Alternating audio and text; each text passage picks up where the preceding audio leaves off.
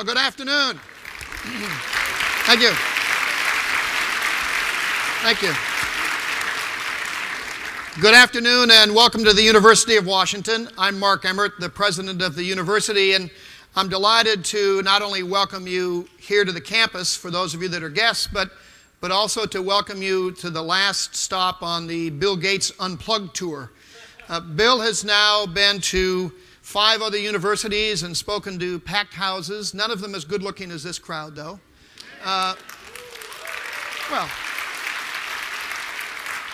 None of them as smart as this crowd either. Is that right, Ed? So got that right? Okay, good. And we're really pleased that he's saved the last and the best for the University of Washington in his backyard. This is obviously an audience that we don't have to spend a lot of time introducing Bill to, but it is important to note that here's an individual who has transformed, of course, information technology and the PC as we know it, and that in and of itself would have been a pretty remarkable accomplishment for anyone, but now he's in the midst of transforming philanthropy and global health and education and is likely to have that same kind of profound impact on the world yet again, and the man's younger than I am, so he's just a child. So there's much, much more to go, and we'll see what Bill does for his third trick. But the fact of the matter is, for the UW, there are few families and few individuals that are more important to us than the Gates family, not just Bill, of course, but his mother and his father and his brothers, his sisters. We've got with us today Bill Gates Sr. Bill, would you please wave to the audience?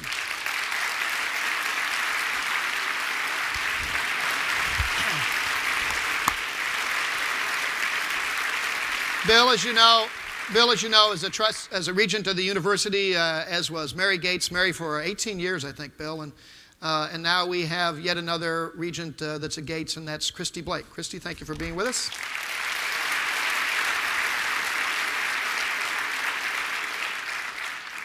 And now, without any further ado, it's my great pleasure to introduce Bill Gates. Bill? Welcome. Thank you. Thank you. Super.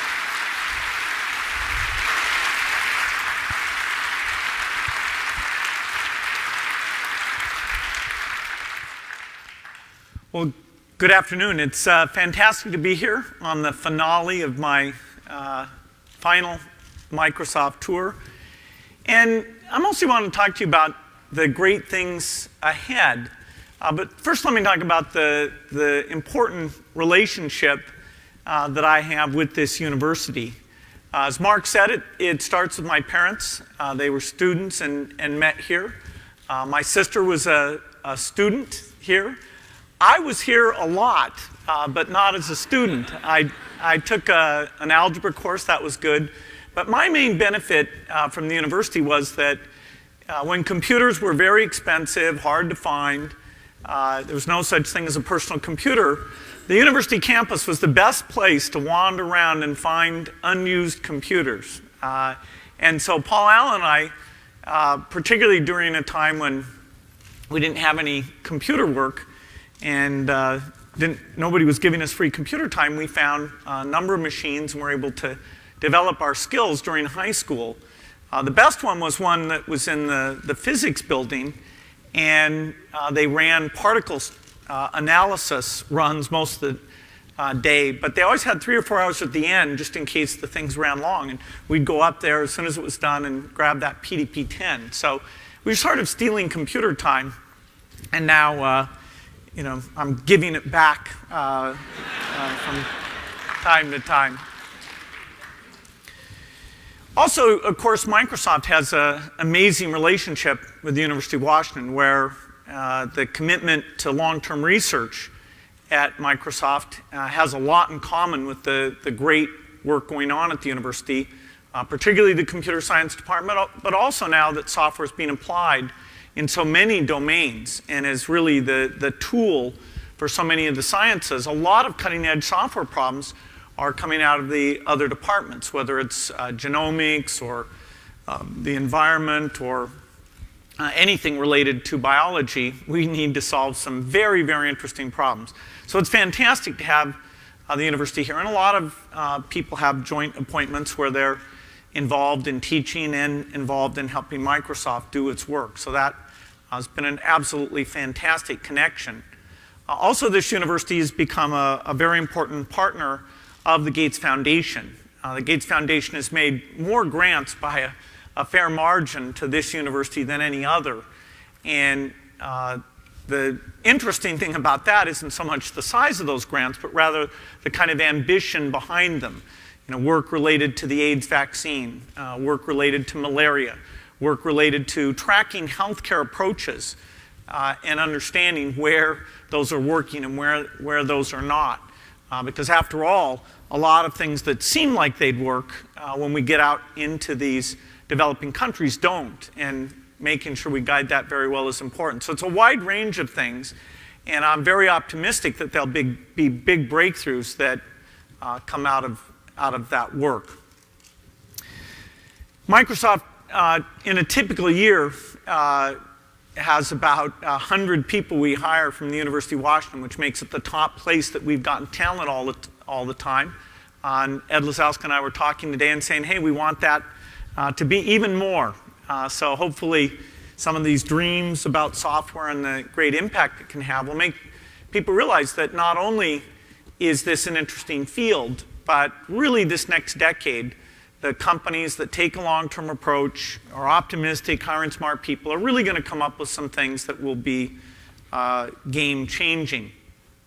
For myself, I'm fairly near a transition point where I'll move from being full-time at Microsoft and doing part-time work on the foundation goals to flipping that around, where after the middle of the year I'll be full-time on foundation work and part-time on Microsoft work. And I've been writing software as my full-time occupation ever since I was 17. I had a couple of years where I was back at some other university, but that didn't slow me down. I was still mostly writing software the whole time then. So it's going to be an interesting change, not to wake up in the morning and say, okay, let's primarily focus on software. And some friends of mine were worried about that and thought, well, maybe they could help me by putting together some thoughts about what my last day is going to be like. And so we pulled together a video to help me with the transition. Let's go ahead and take a look at that. It is a day the industry never thought would come. Join us all day as we report on Bill Gates' last full day at Microsoft. It's been in the planning for the past 2 years. He'll still be active as chairman, but it's hard to believe it's really here. Yeah, I think Bill's ready for his last day. He's worked pretty hard, saved a little bit. He is completely focused. I mean, Bill's been going all out for more than 30 years, so not having a completely full schedule every day has been a little, well, interesting. Never doubt the magic of software. That's right. Listen to Chewbacca. After all these years, he's finally taking work-life balance seriously. He's even got a personal trainer. Curls. 4 Girls. curls. 4 Girls. I Things we want to beat. All right. I am tuberculosis. Yes. Bye tuberculosis. Yeah. Headbutt. There we go. Feel yourself coming back. Lean a little forward. Just think high. H-I to the sky. You and I. Right now. Yeah, Bill's always been a bit of a ham. But more importantly, it's the creative risks he takes that really set him apart. Big pimpin', I'm Bill G. Big pimpin', yeah, you know me. You got it. Killed it, Billy G. Hey, let me get one thing straight with you. You can retire and then unretire? Exactly. Gotta keep them guessing. Thanks, Jay. No, it was great. Not so much. Couldn't break his heart, though. Somebody gotta tell him. It's horrible. What's it? Yeah. Just like that. Hello, Bill? Yeah. Bill, I'm a little busy here.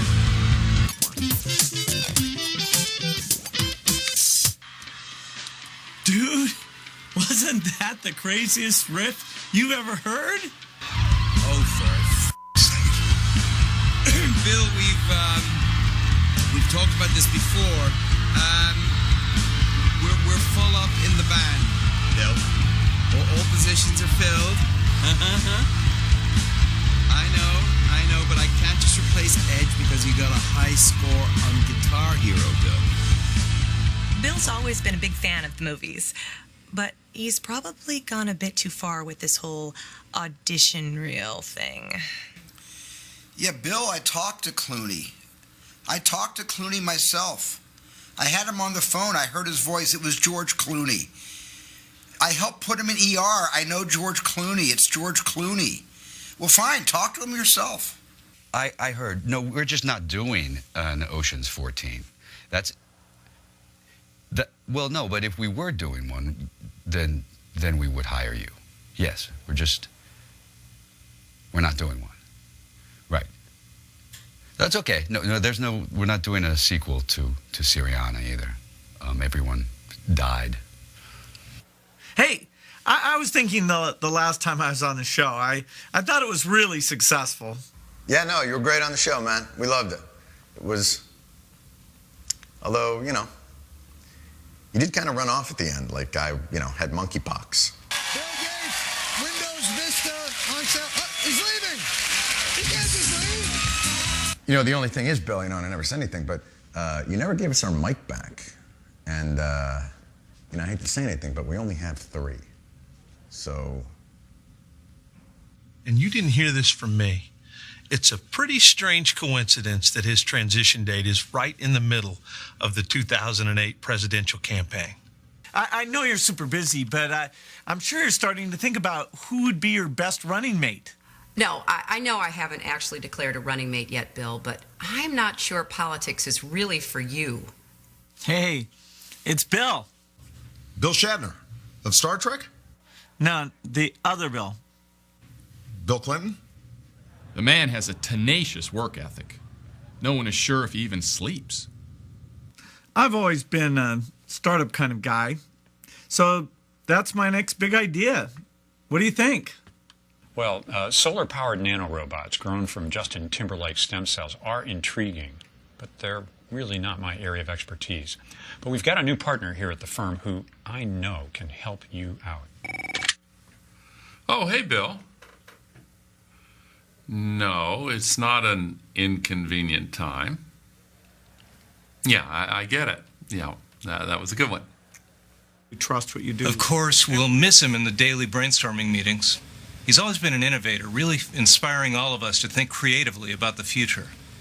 And we'll be the first to give credit where credit is due. Oh, absolutely. Microsoft Bob, his idea, all his.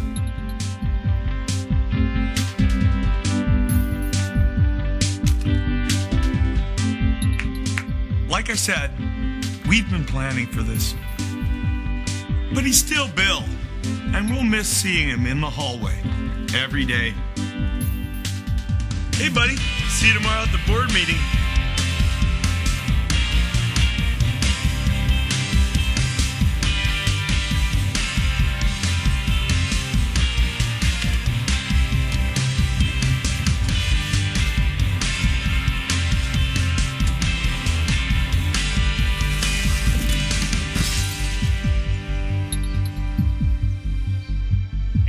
Tech markets remained steady as Bill Gates completed his historic last full day at Microsoft. Personal note, all of us here at NBC News will miss reporting every night on this brilliant, powerful, let's face it, sexy and good-looking leader of men and women who just doesn't believe in paying more than $7 for a haircut. I'm Brian Williams in New York. Good night.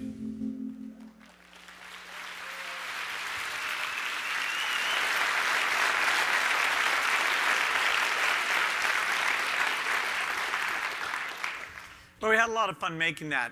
And actually, the transition's going great with incredible people like Ray Ozzie and Craig Mundy stepping up to do a lot of the things I've done and free up my time for the new foundation work that I'm thrilled that I'll I'll get to focus on.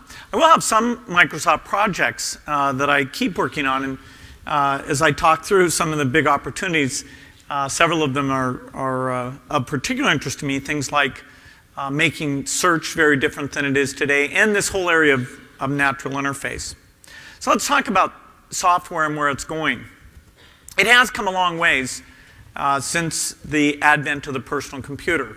After all, software prior to that was used only by a few organizations with big, expensive machines. And if anything, they were viewed kind of as the enemy of the individual. They were printing out checks and keeping databases. And so it's almost a complete shift that computing has become the best tool for creativity and sharing that humans have ever had. What's emerged around software and the internet now is the facility that makes the world a smaller place. And it's a fundamental element of the pace of innovation and the efficiency that we have in the world today. In fact, if you think about growing up, when I grew up, it was a paper-based encyclopedia you went to for any question, and you got very limited data. It was always kind of out of date. And if you compare that today to any student who has access and the wealth of material that's available to them, from encyclopedias to discussion groups to models that will let them navigate through and try different things out, it's a completely different world. Now, at the center of that has been both breakthroughs in both hardware and software. The incredible benefit of having exponential improvement at the chip level has allowed us to be more and more ambitious in software. The number of transistors is mapped to higher clock speeds, larger memories, and so-called Moore's Law has really allowed us to build phenomenal machines. Now, when Paul and I were young and started Microsoft, we had in mind this idea that computing would be free, and so we let our minds wander to any type of computer that might be possible in the future. And even then, we thought about some things that are not yet achieved, things like visual recognition, speech understanding, deep gathering of data, and machine learning that would relate to that. So in a sense, we can say we're only partway through achieving that original dream of software empowerment. Another way that we can say we're only partway there is just look at the population of the globe. Personal computing, mobile phones benefit less than a third of all people. There's about 1 billion PCs. Each of those gets used by multiple people. There's about 2 billion mobile phones that are typically used only by one person. And so we're there at about a third, and 2/3 are not getting any direct benefit. But the original slogan of Microsoft, going back to its very earliest days, was a computer on every desk and in every home using powerful software. And so there's a long ways to go in terms of making it lower cost, more relevant, and far more practical. In fact, today we have laboratories, including some work here at our headquarters and a particular group in India that focus on it, that's really thinking about the poorest 2 billion and how can computing and technology make a difference for them. And often the answers are fairly surprising. The direct application isn't as important as thinking through what it means for their health activities or agricultural activities or learning activities. And we need a lot of new ideas there to push these things forward. The impact of software has gotten broader and broader, but many of our common activities are not yet software driven. TV is still a broadcast medium. There's not much software intermediation. There's not software that's picking what segment of the news show might be interesting to you or letting you indicate, give me more about that story or skip over this sport that I don't particularly care about. The ads are not being targeted to things that might be of interest and value to you, which is a win-win in terms of your interest and value to the advertiser. The game show doesn't let you interact. The educational show doesn't let you pause and get information about something that was covered too quickly. The sports show doesn't let you get more information. So we're on the verge in the same way that listening to music or organizing photos has changed for a lot of people. The way TV is delivered is in the process of changing, but just at the beginning. There's 1 million households in the United States today, primarily customers of AT&T, who are getting TV over the internet. And as you get that scale, which has to get to critical mass, then the content creators are saying to themselves, okay, let's do the extra work to take that show experience and make it far better, and take it genre by genre and come up with new ways that the personalization and interactivity can work. Today, the world of video is bifurcated. The tail videos, the ones that aren't very popular, say videos about your a young kid's sports activities. You're not going to find those in the broadcast media. And so you go to your PC screen, navigate on the internet to find those, and then that's not part of the TV guide, that's part of that living room template experience. But we will have a complete synthesis of those things where what you're interested in will show up on all your devices, whether it's your cell phone, your PC screen, or in the living room.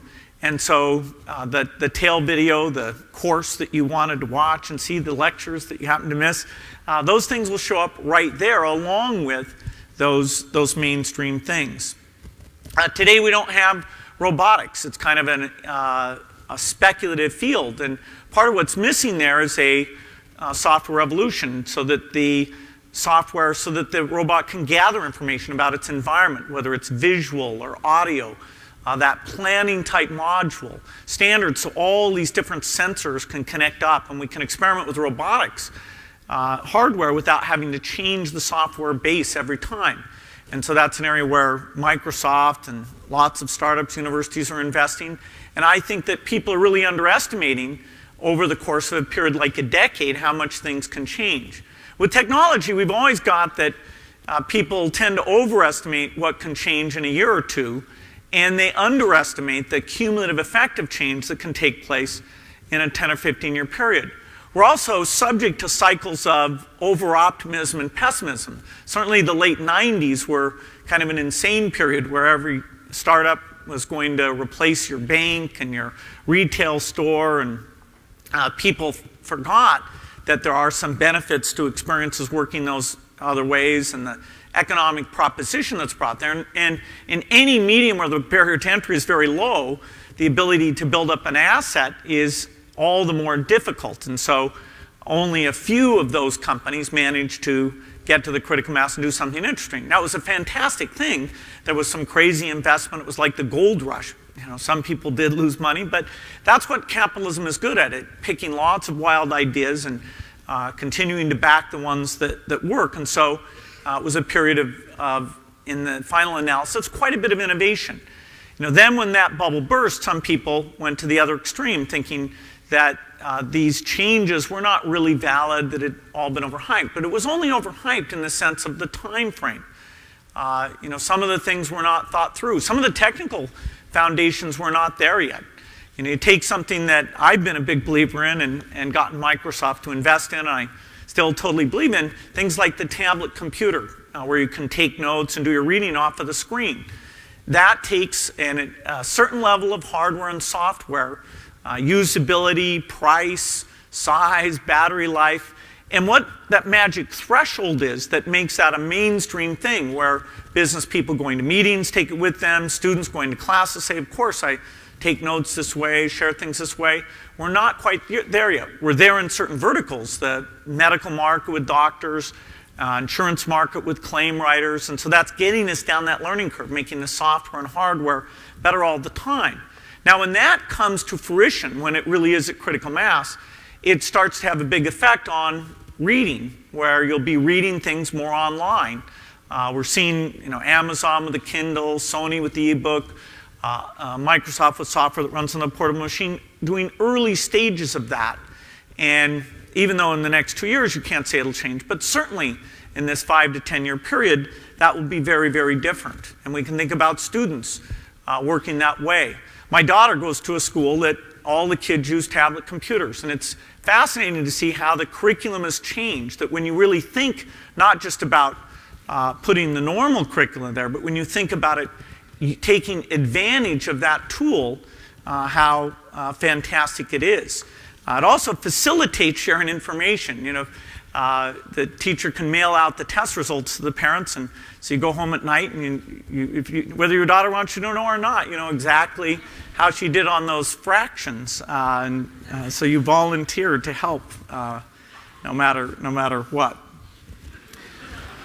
So there are some big changes that are about to come about. I think one of the most important ones, and this is an area of a lot of great work going on at Microsoft and the University of Washington, is the way we interface with these devices.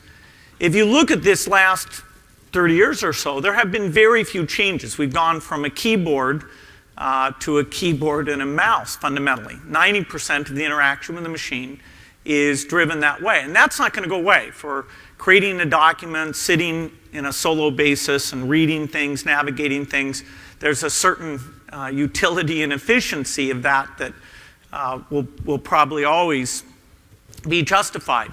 But for the first time, we're starting to see, whether it's the Nintendo Wii with the 3D controller, or the iPhone with its touch capability, or the Microsoft Surface, where it sees what's going on, objects and any sort of interaction that you want to have take place, or vision-type capabilities in a broader sense, that this idea of the computer knowing what's going on, knowing more than just how you move the mouse or hit the keyboard, that really is bringing computing into new experiences. It was just a few weeks ago that we rolled out Surface into retail stores. They were actually AT&T phone stores where people could come in, put their current phone down, put a phone they were considering buying, and see a comparison. You know, what things were different, what things were better.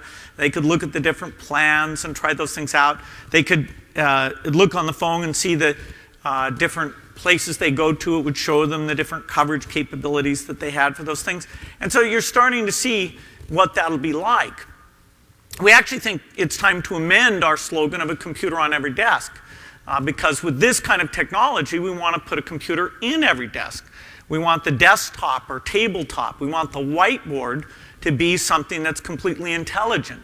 As the price of the hardware comes down, even something like a mirror will change to be essentially a screen with a camera. And sure, some of the time you want to see what you really look like, but some of the time you'd like to see what you'd look like wearing something different, or have it maybe point out something that you missed, or show you extra information. And so you can create a very pervasive sense of computing. Part of this will be having screens anywhere. Even the mobile phone itself will have this ability to project onto a large surface area. So if you want to read lots of information, yes, the mobile phone can connect through Bluetooth or some other means to another computing device, but it can also simply have projection capability. These laser displays and some of these different ways the screen hardware works is not just going to bring us high resolution, it's going to bring us screens that are on all the walls, the ceilings, different places. And so when a kid thinks about their bedroom, it'll be customized the way they want it until the parent walks in, where immediately it'll be customized a different way so that everybody stays happy. Now, part of the thing that drives computer science forward is doing risky things, having a long-term time horizon. And when Microsoft was a small company, we benefited from the fact that AT&T and Xerox and other companies had made investments in research, that they'd reached out and worked with universities on a broad basis. So we felt very lucky that as we got to a certain level of success, we could start our own research group and have that research group be in partnership with top universities all over the world doing advanced programs, things that range from the work on speech recognition all the way up to quantum computing. We have a fairly serious program that has a high risk of failure, which makes it fun and interesting, on quantum computing. And even in the best case, it's probably a decade away before that makes a difference. But that's the kind of thing that when it works can have incredibly high payoff. It's surprising to me how low the levels of real research investment by businesses are. We're certainly always trying to get the message out that more businesses should do these things. It's unfortunate that AT&T did it almost because of their regulated nature, and a lot of it wasn't directly related to the business, so they're not, in a certain sense, a role model. It's kind of a unique thing that happened, and those unique circumstances are gone. Likewise, Xerox, anyone who's been in the computer industry for a while, thinks of that as an interesting example where they, for that period of time, had a greater concentration of IQ in one place than anyone did, and came up with Ethernet, laser printing, graphics user interface, the early stages of these things that were later refined. But the basic ideas came together there, and yet Xerox managed to not get any benefit out of it. In fact, they lost a lot of money. There's a lot of people who've tried to analyze that. There's a book called Fumbling the Future, and Microsoft, soon after PARC, the research center that did that work, kind of fell apart. We had more Xerox PARC people working for us than Xerox did, and so we owe them a particular debt of gratitude, not only in terms of their work, but amazing people, from Butler Lamson, Chuck Thacker, anyway, just an incredible group who not only do amazing work, but also have nurtured the next generation of brilliant people coming in and taking on very ambitious challenges. I mentioned that there's a lot of good collaboration between Microsoft and UW. The Center for Collaboration Technologies is a place we're very excited about the work, and we've been backing that in a number of ways. Analyzing photos, what we call photosynth. The University of Washington did some key work on that, and I think people will be amazed that you will be able to take just simple 2D photos from, say, a cell phone or a camera, and software will be able to figure out where that is and connect it up with other photos. And so you'll be able to synthetically essentially get a sense of all the things going on in the world in different places. And you can even create full 3D models out of these fairly low resolution 2D photos. And I remember 5 years ago, people thought that was absolutely impossible, and yet there's been breakthroughs in terms of these algorithms involved to not only make it possible, but to make it practical. The breakthroughs in efficiency, along with brute force computing, is combining in a pretty magic way. We're getting immense amounts of data. One of the projects I think is very cool that Professor Lazowska and someone in his lab, Keith Grashow, are working on is this Trident, which is a lot of marine biology undersea information. And we really don't know what we're going to learn from that. But it is state of the art in terms of what sort of visualization, data collection, pattern analysis that needs to get done. And so it's fun for software people to have things like that where it's interesting practical data, and yet we have to make advances in interaction techniques and how we look at data in a rich way. I have one good example of that that I want to show you, and this is kind of a new thing. I've never demoed it before, so we'll see how this goes. Let's see. So this, we've got it. This is the Worldwide Telescope, and this is Curtis Wong at Microsoft Research, along with some people working with him, came up with this idea of taking astronomy data and making it widely available. It actually started with Jim Gray, who was in our research lab, who thought that all those databases were not pulled together. And he worked with some astronomers who needed data from different databases to try out different ideas to test their model of the universe. And so the idea of having a schema and a taxonomy and taking things done at different times, different wavelengths, and pulling that together was done for the scientists to advance their work. And what's been done here is to actually take that data and say, okay, how do we take that and connect it up in a way that can make astronomy interesting for anybody who wants to learn about it, to make it absolutely approachable in a very rich way. So you start out, you've got a vision of the sky here, and this is a pretty neat application. That's the sky. First, let's go to something that's familiar for you. Just go in and we'll find Jupiter out in the sky. So there's Jupiter. We can zoom in, zoom out that. You actually see these dots here. Those are the moons of Jupiter that, when this image was taken, that's exactly where they were. And what it's doing is it's showing Jupiter as it is in the sky right now. So we can go anywhere in the sky that we want. Let's pick Cygnus, which will let us illustrate some very interesting things. So this is data that's been collected from many, many, many different telescopes. The Hubble, the Sky Survey, literally hundreds of different things have been used to pull this together. So here we are at Cygnus, so I can go in and look at that. Okay, so this, let's look at this in different ways. Okay, so to start out with, we're in the visible wavelength. Now we're seeing hydrogen alpha, we can see dust map. One that's particularly interesting is to look at this in the X-ray, because if you look in X-rays, you can see where there were supernovas. There's always an echo left over after that supernova. So we see this big thing down here.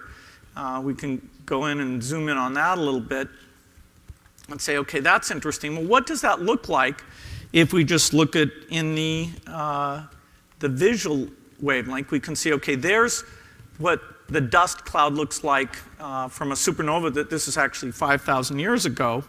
But if I go back here, I can see, okay, it shows up in the X-ray, but not quite the same way in that different wavelength. And so we can try out different things to see what patterns different type of phenomena are going to create there.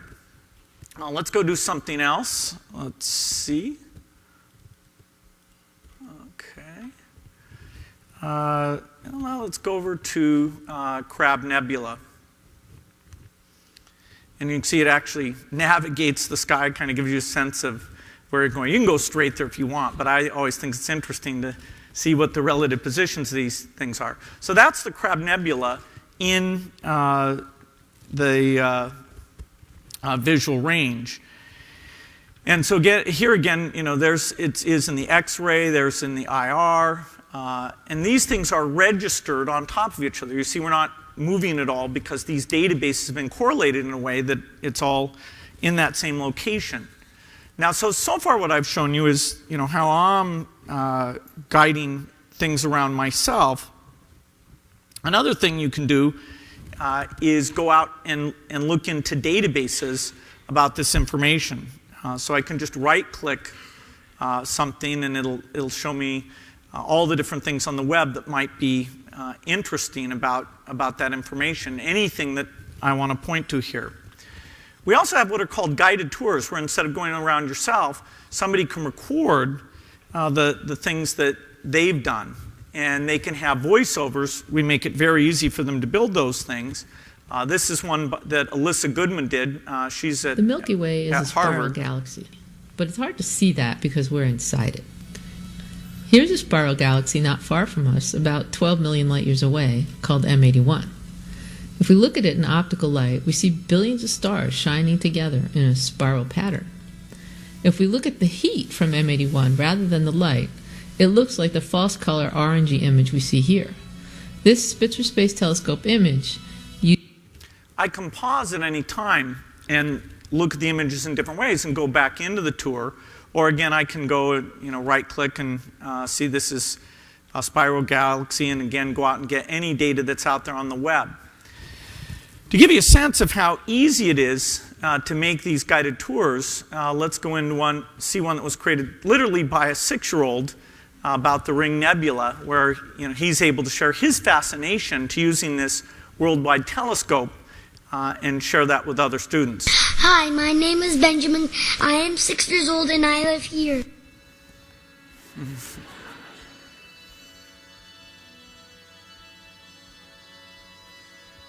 Actually, I live over here in a big city called Toronto. On clear nights when I look up in the sky, I see something like this. The tour I want to take you on is of the Ring Nebula, which Wikipedia, the Free Encyclopedia, also calls M57. I don't know what that means. The Ring Nebula was discovered a long time ago by someone in France. This picture of the nebula is beautiful. It looks like a precious blue gem in the middle of some red orangey stuff that looks like fire. Anyway, it gives you a quick glance of this worldwide telescope that I think illustrates a lot of things. We've got a lot of data out there, and with the right software, we can make it approachable and understandable. And in fact, in the next month or so, this will go up for free at telescope and just be a piece of software that any teacher or student can use.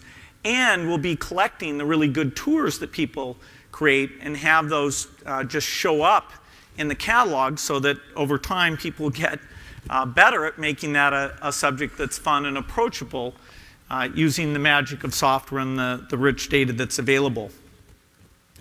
Now, making sure that this innovation is going ahead at full speed, and we want to enable people of all ages. We want students to have access. We want them to have the latest and greatest tools. Many of the breakthroughs have been made by people that are very young. Microsoft has a lot of things. One is called DreamSpark, which is where we made all our development tools free to students now, where they can try things out. And we've also created a lot of online, essentially TV channels, but of course very interactive, one we call Channel 8, that has all the information, programming courses, advice, sample code, and really putting a big investment in that to make sure that anyone who can get to the internet can polish up their skills, see what good code looks like, and really pursue their ideas, whether it's about software itself or rather they have an idea about another field, one of the sciences or any idea, and actually are using software merely as a tool to understand those things and encode the algorithm that they have. Now, when we look at this very optimistic view, which I think is a totally valid view, one lens that it is important that we continue to apply to it is to say, okay, with all these advances, the breakthroughs in software and the tools that are, make TV more fun and mobile phones more fun, so you're talking to them and you can share with your friends where you are. How do we take these breakthroughs of all the sciences, particularly including medicine, and make them available to everyone? I mean, after all, there's sort of a natural thing that can prevent that from happening if we're not careful, which is the interests and needs of the richest have the most powerful voice in the marketplace. And so you'll see disparities that take place where medical conditions like malaria or an AIDS vaccine receive substantially less focus than something like baldness or erectile dysfunction. In fact, you have a pretty significant ratio in those things. And it's not that the companies involved are doing something wrong. It's that there isn't a mechanism that outside sends that message that those things are worth working on.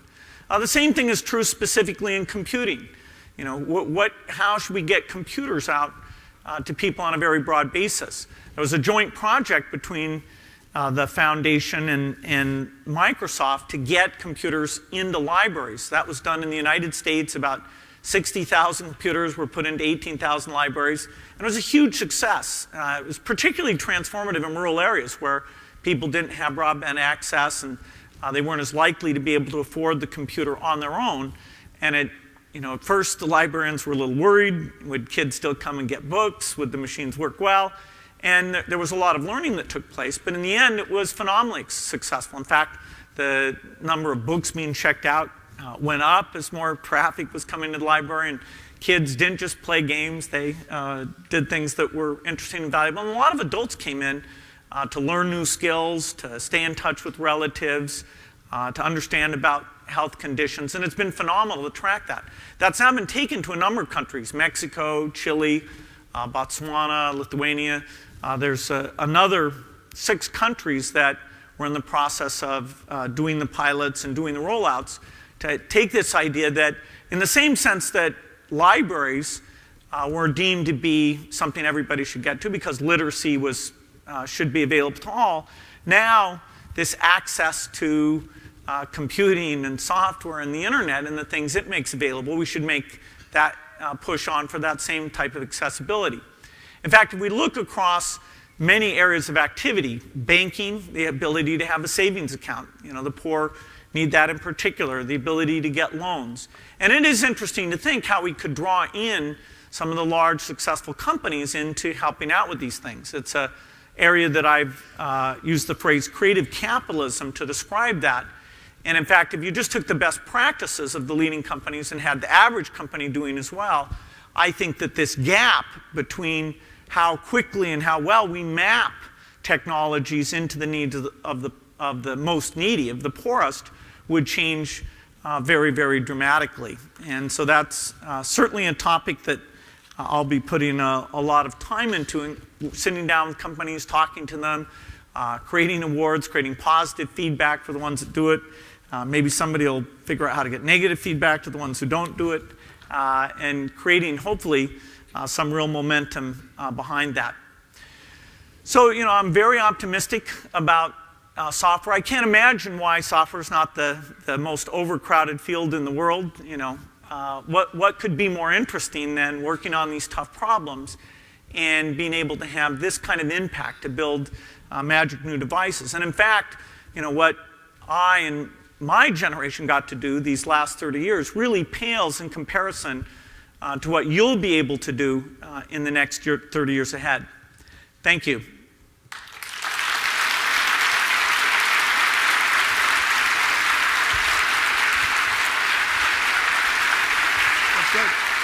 Great.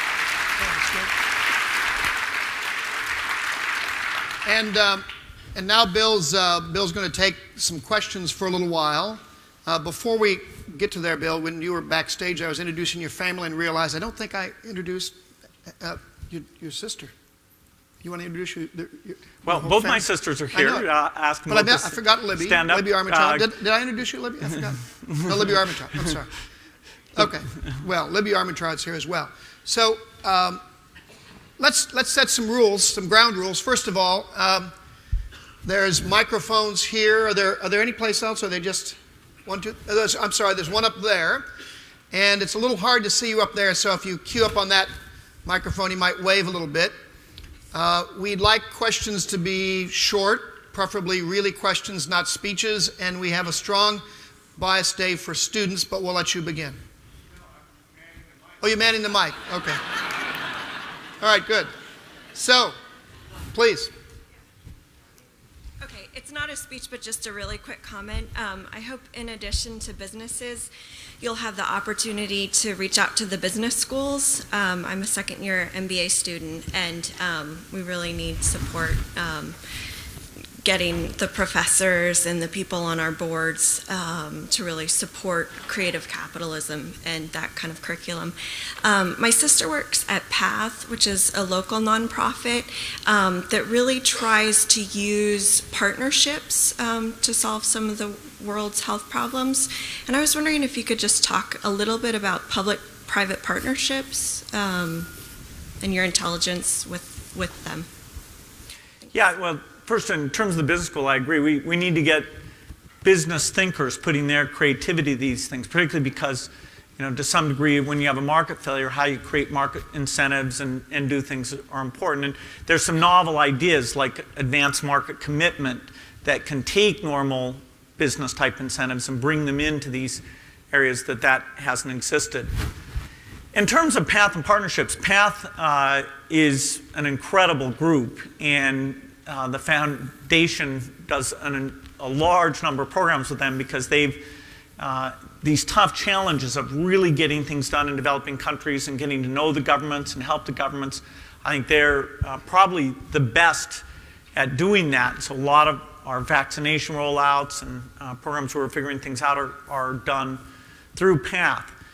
The fact is that the governments in the developing countries, you want to partner with them. If you're going to build a great vaccination system, if you're going to have good infrastructure in terms of roads and electricity and education, you really can't do that without the government being involved. There are extreme cases where you have to try to because they're not there to do it. But in all the cases where you're really going to get the virtuous cycle going, you've got to work with that government. Now you can imagine that for that government it's tough, where they have lots of non-governmental organizations coming in and asking them to do various things and how those things get measured. They've got the various UN groups. And these governments haven't been able to attract in necessarily the same type of talent or even infrastructure to manage things. So really helping those governments do better, training programs, funding their infrastructure, and getting it so, say, the Department of Health, which is sort of the lowest on the pecking order, gets treated in a different way. And that's very important. And so the giving them some of that expertise from outside, which is the public-private partnership, that's been the key vehicle, and it's been great to see how that's grown up and it's being used far more broadly to get those governments where you want to go. So in short, you'd agree that political science is the mother of all disciplines, is that? In terms of organizing humans, yes. Okay. Over here. Thanks. I know that you and the foundation have done a lot with urban schools in the U.S., and my understanding is that there's been more of a focus on high schools than elementary schools. So I was wondering the reason for that focus and what you think it'll take to make urban schools successful, and then more generally, which of your charitable activities you think have had the most success and which have had the least positive impact and why? Well, in education, the foundation is primarily focused on high schools for a couple reasons. One is that we saw that as an area where not as many other people were focused. And if you look at where the United States goes from being pretty near the top to pretty near the bottom, that's happening in 9th through 12th grade. At 8th grade, we're actually pretty decent. By senior year, we're not decent at all. And that's also where you get a high degree of dropouts. Now, I'm not saying that some of that can't be fixed and improved by a focus on elementary school, but we've just chosen in terms of new school designs where you can go in, do charter schools, and we've done over 1,000 that have different designs. They're almost all smaller schools. They're almost all thematic. Some are science focused, some are by outward bound or more outdoors focused. There's some that are construction focused. They use that as the paradigm to teach the different subjects. It's kind of amazing how well that works, where you're taking less subjects, but you're doing things on a very project-oriented basis. And so we're starting to see some pretty good results there. Now, it's always easy to create a few schools. It's when you really get up to scale and you're bringing in the truly average student, the truly average teacher.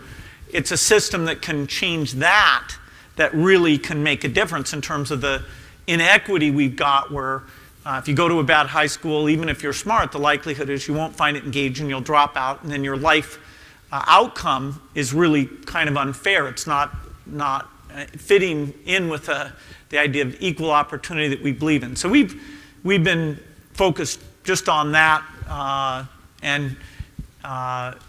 that's going to take us a long time and a lot of partners to try and prove out some improved approaches there. In terms of what's worked and what hasn't worked, it's probably too early to say that. The thing that I can say has worked is vaccination, where we've given now well over $1 billion to a group called Global Alliance for Vaccines, where they take the vaccines that we have today and get broader coverage, and they help make sure new vaccines that get introduced in rich countries, that the typical 25-year time frame between being used in a rich country before they're in developing countries where most of the need is, to shorten that down to a few years, and in some cases get vaccines that are relevant to the poor countries because they have infectious diseases that we don't, like malaria, get them out there in a novel basis. And that's gotten off to a very quick start. In fact, millions of lives have been saved. And as you save lives, you have this effect on the society that, ironically, the population growth goes down because parents are trying to have 2 children survive to support them in adulthood. So when you have a high death rate, you actually get a high population growth rate because of the insurance effect that some overachieve all their kids live. And so the difficulty of that society to educate and feed and create jobs is just overwhelmed. It's purely Malthusian that you hit the limits where everybody's just at the bare level of survival. As you bring health in, that starts the virtuous cycle that really gets things going. So I'd say health is where we've had the biggest impact. Now, we haven't solved malaria or AIDS or some of the big killers, and this thing's going to take decades of focus before we have, even I as an optimist would say that we've been able to tackle most all of those diseases. In terms of what hasn't worked, there's certainly some things in the education realm where we tried to push too much change too quickly. And didn't get all the constituencies involved and enthused in that. And so there's a certain delicacy there that is going to make that a tough one. But in terms of causes that count for this country, you know, it's overwhelmingly the one I think of greatest importance. So even as we have to learn things and try it in new ways, we'll stay focused on it. Let's go up here. I think there's someone up there. Yes, thank you. Mr. Gates, I wanted to know, what made you so passionate about Microsoft during the early days that you were willing to drop out of college and pursue it wholeheartedly? Like, what caused you to really, really believe in this idea and that it was worth pursuing? But you're not going to take this as a recommendation to drop out of college, right? No, I'm about to graduate soon, so okay, it's okay. Good. All right. You can answer that one then. It's okay. Well, if you have an idea like Microsoft, I highly recommend it.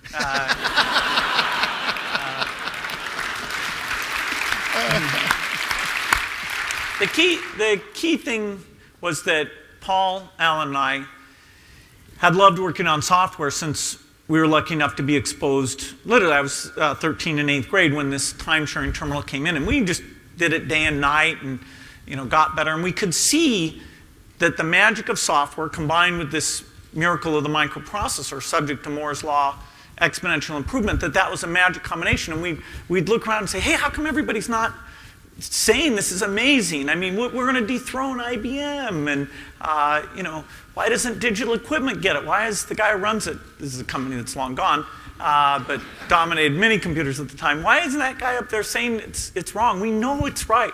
And so the key event for us was, it was a very cold Boston winter, and a kit computer came out on this Popular Electronics magazine, and we said, oh, damn, this is happening without us. I mean, here we are doing nothing.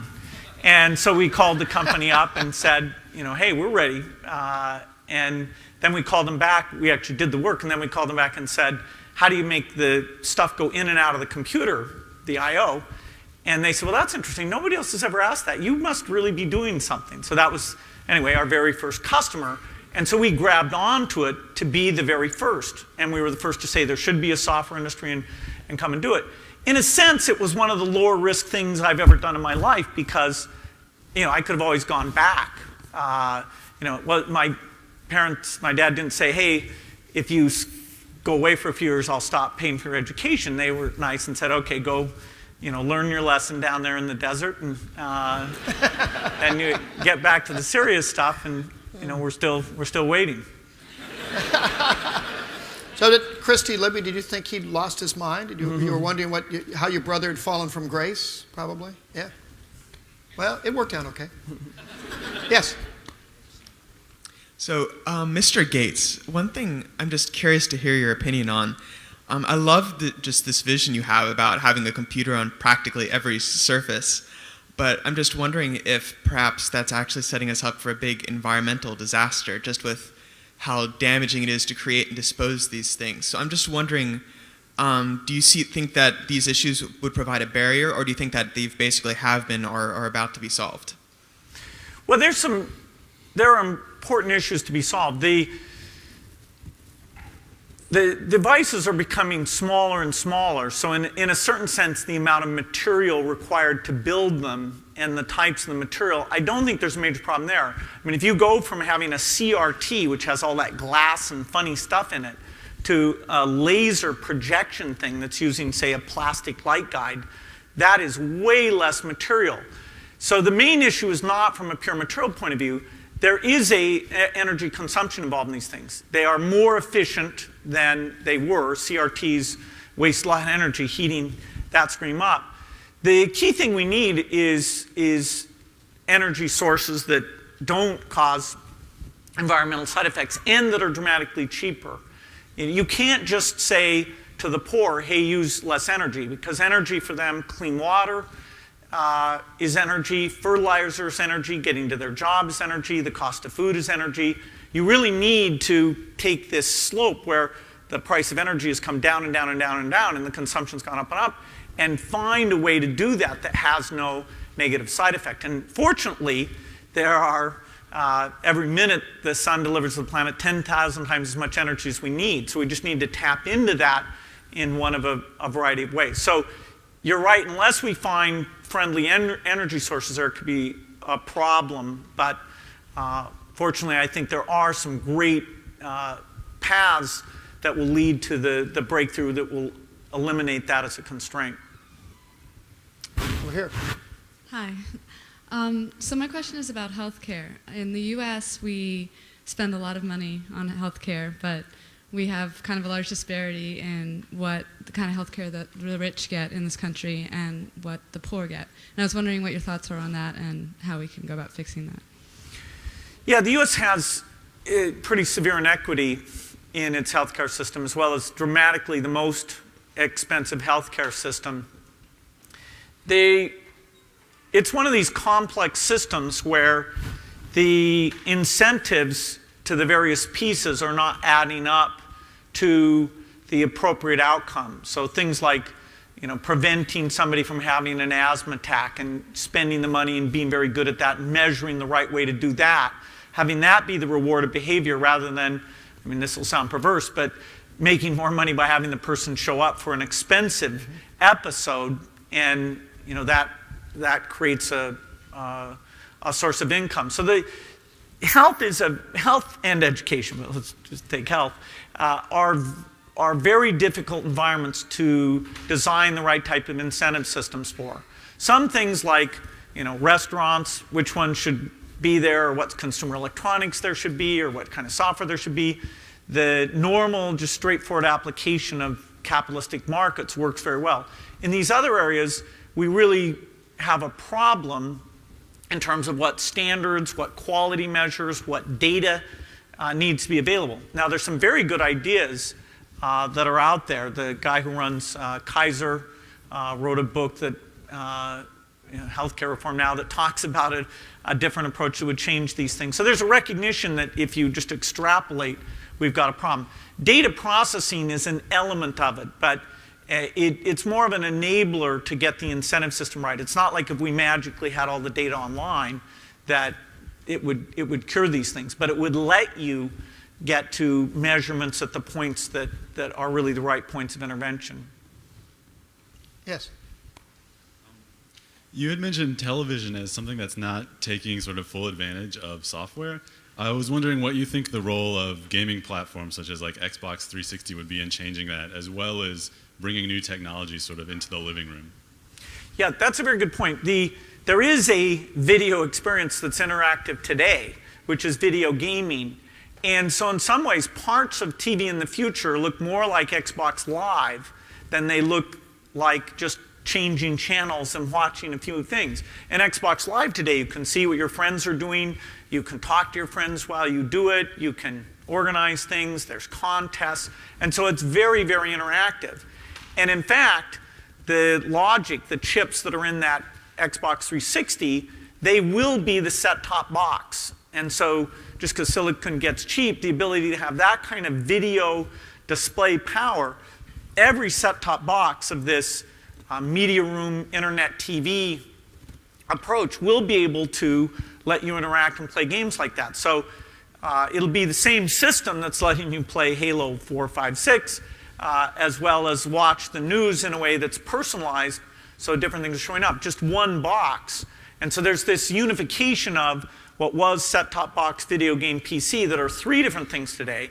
And Microsoft's chosen to be involved in all three because the skill sets of how you build the software platform and get the software developer relationships are different enough in those three that we thought as that comes together, we'd be better off if we make the investment to understand each of them when they're separated markets. And when you can do your homework on it, then it'll be perfected. Yes, up above. You mentioned earlier that data processing is one of several aspects of the that may require reform in the health system, which sort of leads into my question, which is the Gates Foundation has made one of its primary focuses being the promotion of public health in the third world countries. I was wondering what your take was on how Microsoft or the computer industry in general can contribute to public health and to healthcare more generally. Well, the biggest contribution that Microsoft makes to healthcare is kind of an indirect one, that the value of Microsoft stock goes to the foundation, and then the foundation sends it to healthcare.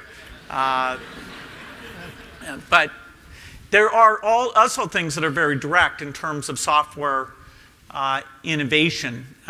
This week I've actually been in a couple forums talking about the boundary between software and biology. I was at the Department of Genomics, actually in this room 2 days ago, talking about that. And then on Monday I was over at Institute of Systems Biology talking about that. And there's a huge number of projects at Microsoft that have to do with applying machine learning to healthcare topics. In fact, one of the most interesting is taking machine learning and looking at what's going on with the AIDS vaccine. You know, some of you probably saw that Merck, the drug company, had a trial of an AIDS vaccine that failed, which was a real setback. But in fact, by taking the blood and looking at the data from that, a Microsoft researcher, David Heckerman, and some colleagues in the medical industry are seeing that certain people did respond well, and be able to see, okay, what it was that caused them to respond well. And so although it's a failure, if we analyze it the right way, apply the right software, it should help us point to where we can eventually get a successful trial, and it looks fairly promising. So by looking at that boundary of software and biology, whether it's symbolic representations or data visualizations, Microsoft Research is trying to get involved, bridge the gap there.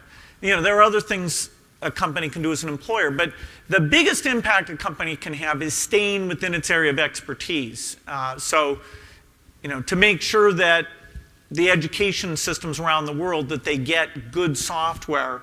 And we have a donation program where we've done called Partners in Learning. We have deals with 132 countries, how we grant them software and fund teacher training in each of those countries. So Microsoft's main thing will be about that library access, that school access, the free software, the training, you know, the job skills and the partners that are in that country, not so much healthcare. And whereas the big drug companies, we need to get them into the healthcare issues, and the banks, we need to get into microfinance, and the food companies, we need to get into micronutrients and buying the output of the farmers in these poor countries so that their economies get going. So I think everybody's got a big role to play, but it's going to be fairly centered on the thing that the employees know and drives their specific contribution.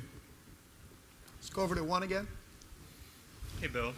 I'd like to know, when you're a young entrepreneur, you probably had a lot of ideas, and I'd like to know how you decided to focus on one, and if there's any runner-ups that you'd like to share with us. And yeah. Well, Paul and Al and I were fascinated by many things. We thought, hey, maybe we'll go work on fusion, which I'm glad we didn't, because it's still 50 years away. We felt a little bad, certainly I did, about leaving the university when I thought very interesting work on artificial intelligence was really on the verge of taking place and symbolically proving programs were correct. Ironically now, it's taken a long time. The rate of progress, which is hard to make numeric, in both those areas has been quite modest. I mean, we haven't gone backwards or anything, but AI has turned out to be a tougher problem, which is fascinating. And now there are some interesting advances, and likewise symbolic type things, there are some now advances. So we thought we'd miss being more at the center of those. Now through at least funding Microsoft Research, we get to have some level of involvement in that. One of Paul's ideas was to build a 360 emulator. That was the dominant mainframe at the time, used bit slice architecture to just blow away the pricing on mainframe computing. But we decided that was kind of boring compared to personal computing. A company came along about 5 years later, 2Pi, and did it. They didn't do the software piece right. That's why they failed, because we still think it was a good idea. But we didn't have anything even close to, hey, let's build a computer that we want to use, that we want to have as a tool for our own messing around and communication and creativity. That kind of got at the center of our thinking, even from the early days. Let's go back over here. Good afternoon, Mr. Gates. So earlier in your talk, you mentioned that you would be changing, or one of Microsoft's goals would be changing the way we do search. And certainly when you think of search, at least in competition with Microsoft, the name that comes up is Google. And I've attended a few talks by Steve Ballmer, and he mentioned a phrase multiple times in different talks that the only market that Google has succeeded in is search. And while that certainly used to be true, it's not necessarily going to be true very soon, or it might not already be true right now. They're sort of expanding in a lot of different areas. And I was curious how Microsoft's attack strategy on not only Google, but just that search problem in general that you hinted at earlier, what that was going to be like in the future. But what's another place that you think they'll be making money in soon? Well, they're really big into advertising. Well, search is advertising. Right, yeah. Okay, yeah. But they have the Google Earth, which is quite popular. They have Gmail, which is quite popular. No, anybody can give things away. Honestly, it's not that hard to do.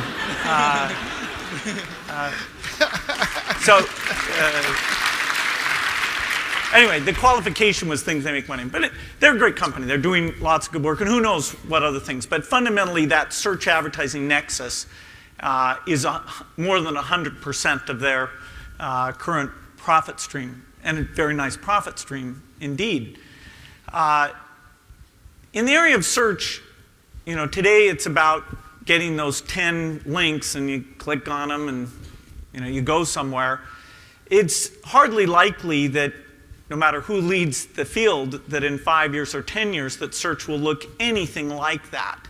That is, your intent as you type in that text phrase in terms of the domain that you're interested in and the structured information or the answers you want in that arena. That text combined with whatever history you have of having bought cameras or visited places or different things that are known digitally about you, you're going to be able to do radically better than just bringing back those links. And so what we'd like to do is have a competition where you have some number greater than one of companies who are doing state-of-the-art work and getting that traffic and learning and trying out those new things. And often, if you're number two, and in this case a distant number two, you can try harder, so to speak, and try out new things that are quite different. It's a super interesting area because when you think about, okay, I'm in Microsoft Office and I'm creating a document, I want to search for something. Well, that's a context of what you've been typing and doing there. It's not just a little phrase in a search box. If you're inside a company and you're searching for something that's interesting, it's not just the web, it's the protected information, it's the structured information of the org chart and the emails that went around. And so we think of search broadly with long sentences and direct answers and personalization. We as a field just scratched the surface of what's possible there, and so we'd like to contribute to that area of software. Yes, up on top. I was just wondering, I'm an electrical engineering and digital arts major, and in the arts there's been kind of growing talk about interfacing in general and the future of it, and I know you touched on two-dimensional interfacing, but I was curious to know your thoughts on future of three-dimensional interfacing and three-dimensional visual and audio. Well, 3D audio is actually, there's some pretty good stuff there in terms of outputting the audio.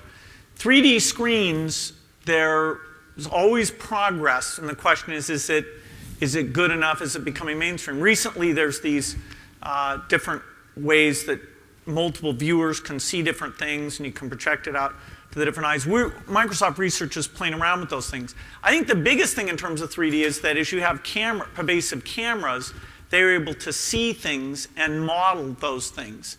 And so, the video game of some years in the future, instead of having to hold a funny controller, you will literally just take your tennis racket and swing it, or your bat and swing it. Hopefully you hold on to it. And it will see exactly what's going on. It won't just be this low-resolution thing that's just at one place. It'll actually be watching that. So I think vision in terms of 3D acquisition is the big thing. And the progress there in the field, and specifically some of the Microsoft work on that, says that vision is right. We are in the sweet spot in these next 4 or 5 years where the fact those cameras are so cheap and the processing power is so good and the software's getting a lot smarter that it will be very typical to think of the computer being able to see. I mean, literally, you'll be able to take a cell phone and hold it up, and it'll see exactly what is going on in terms of the people, reminding you the person's name, that they owe you money, whatever it should tell you. You won't have to think, what is their dog's name? Good. Yes. How is Microsoft applying lessons learned from the development of Windows Vista to current projects, and what do you think the software industry as a whole can learn from some of the problems that were encountered? Well, every software project is a glass half full in terms of things that went super well and things that didn't go super well. And and the great thing about software is, particularly if your software is popular, you hear back from users. They tell you what they like, what they don't like. Maybe there's a device driver missing. Maybe the error message isn't perfectly clear on exactly what you're supposed to do. You hear about it, and it's great because that creates that feedback loop. We hear about it in a variety of ways. One is the monitoring system called we call it Watson, that sees whenever a system is hanging or crashing or whatever error messages there are in that system. And we get literally daily a log of that. So we can see, is somebody releasing a piece of software that works a certain way or a driver that works a certain way. Microsoft is working in large-scale software, software that is millions of lines of code. And in a certain sense, that's one of the most complex engineering projects in the world. People talk about putting a man on the moon. Well, we spend more money than was spent to put the man on the moon on software, and it has these compatibility constraints. There are some really great things we've done in terms of how we plan, how we prototype, how we do performance things that are being used in this next round. It's codenamed Windows 7. It doesn't have a real name yet. So I'm very excited about the work that's being done and the way it's being done, all those things.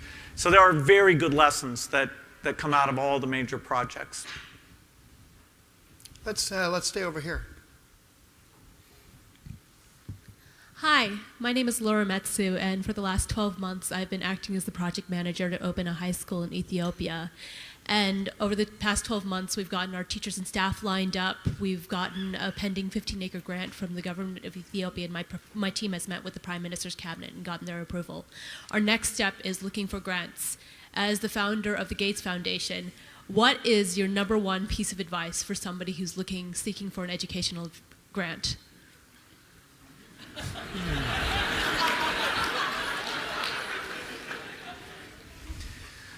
Well, I think if you could find expatriates from Ethiopia, if there was a way to get them together as a group and have them feel enthused about it, both in terms of financial support and getting involved and providing some of their talent, that sort of reverse brain drain asset is a very important thing.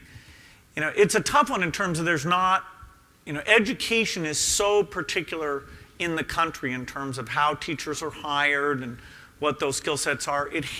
In any sort of scale sense, external aid into country educational systems hasn't been able to have that much of an impact. The idea that you're personally involved and you want to make that thing great, hopefully you'll find colleagues or people who believe in that and see it as catalytic within that country. We do a lot of healthcare things. Ethiopia is one of the places where the hold that malaria has is tenuous enough that we should be able to make a big benefit. So most of what I know about the country in particular relates to getting rid of malaria and some of the other health things. So, good luck. If I think of more ideas, I'll let you know. All right? Thank you. Okay. Okay, over here. Oh, hello, Mr. Gates. My name is Kathy, and I'm a business school student. My question is on the importance of early learning. I know that the foundation contributed a great amount of money to the White Center early learning. So my question to you is, what do you hope to accomplish with early learning? How is it different from present childcare? And do you hope to take and contribute money to early learning in other countries as well?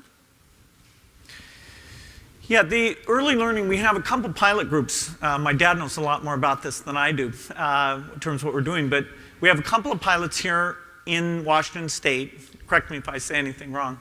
And we benefited from going to a number of people who were doing this before us. Susie Buffett Warren's daughter in Omaha had done some projects that looked very promising in terms of what they were doing. And so in large part, we've taken what's gone on in Omaha, what's gone on in Chicago, and we're applying those lessons. There's a lot that's been learned from Head Start. The question is, can you have this lasting impact, and how much resource does it take to create the environment and have that lasting impact? And we are just one of many, we're not a major player in early learning, but we think we're a participant. If these pilots go well, then we'll be doing other things. Our educations have overwhelmingly in this high school area, but we decided to join in with others who see early learning and try and gather the data that could justify the government putting more into that exercise. Beyond that, I'd love to have you speak to people at the foundation about how we're going about it. Definitely. I'll give you my card. We have time for just one last question. I'll go with this gentleman right here. All right. As chairman of both the largest nonprofit as well as one of the largest for-profit corporations, how do you contrast the responsibility of just wealthy private individuals giving versus that of corporations, and is it different types of projects that they should be going towards or anything of that nature? Well, there's definitely a big difference between corporate giving and individual giving. For the corporation, there are communities that it's a member of that you want your employees to volunteer in and get involved in to improve the community. Microsoft's actually biggest thing in the community is a match program where whatever gifts our employees want to give, we match. So it just takes their intelligence about what's important and doubles it up. We also are big believers in United Way and what goes on there, and that's more at a business level. We sort of think every business ought to do that as a basic thing, because social services, we think, deserve particular priority in terms of drawing employees in to help the community. And there's ways to take those fundraising things within a company and have contests and comparisons and great stories, get the word out, make it fun, make it easy. It's just a piece of email. The easiest thing to do is click and say you want to give your fair share, and then we send you no more email. So we've made it the easiest thing to do is participate. In terms of individuals, it's quite different. You can take and give to groups like United Way who are really thinking about everything in the community, or you can find things, and most people mix this, you can find things that you're particularly interested in, that you know about, that a relative benefited from, or that you want to go and volunteer in. Microsoft does a thing now. For every hour that somebody volunteers, we actually make a grant to that organization, because that says that they care about it and they think it's doing very good work. Now, for individuals at some levels, probably most of your giving is going to be in the community where you know what's going on. I'm a big believer that some of the greatest inequities are on a global basis. And so one of the things our foundation tries to get out is the names of a number of organizations like Save the Children or Global Fund or Vaccine Fund that we know are taking dollars in a very efficient way and saving lives and improving conditions. And I would hope that as people are able to be fairly generous, that this international component, that it be part of what they're doing.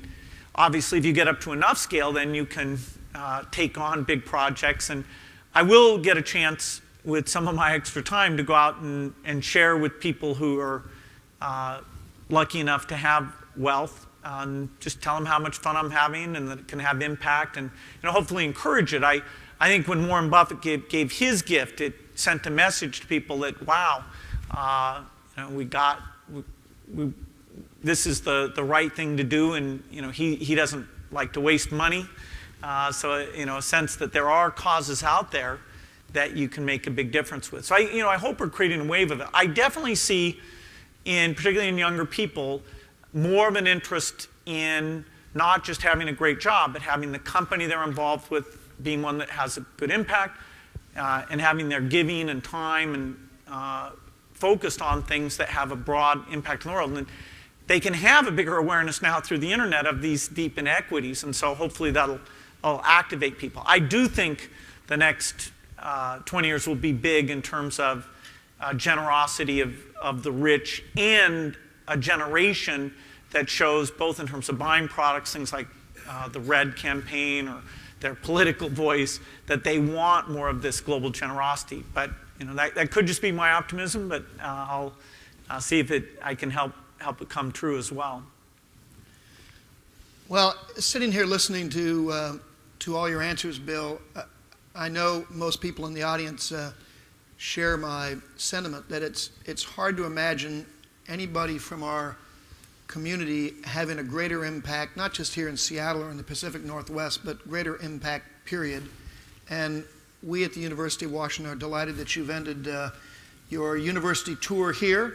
It's been great fun to have you, and I'd like you all to join me in thanking Bill for all that he's done and sharing his time with us today. Thank you.